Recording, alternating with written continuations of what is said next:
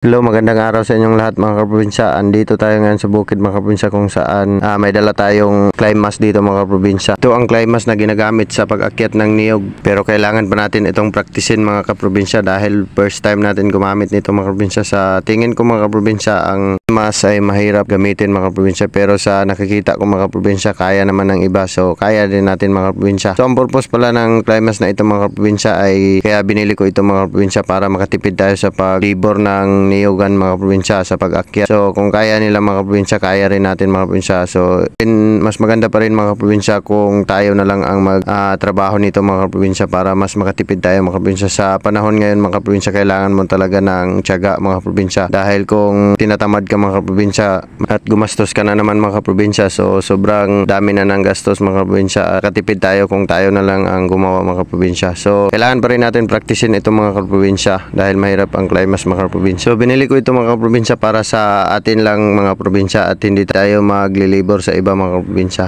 So praktisin muna natin ito mga probinsya.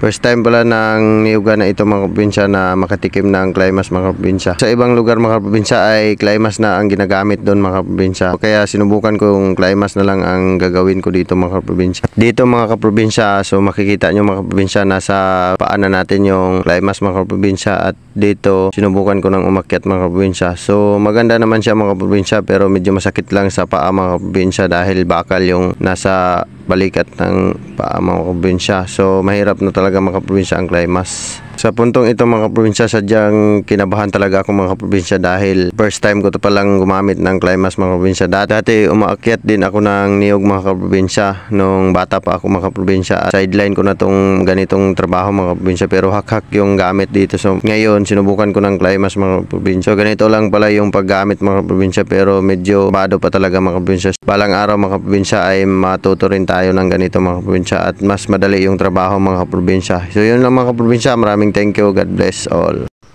Yun. Simple lang. Mahirap nga mga probinsya. Yun lang mga probinsya. Thank you.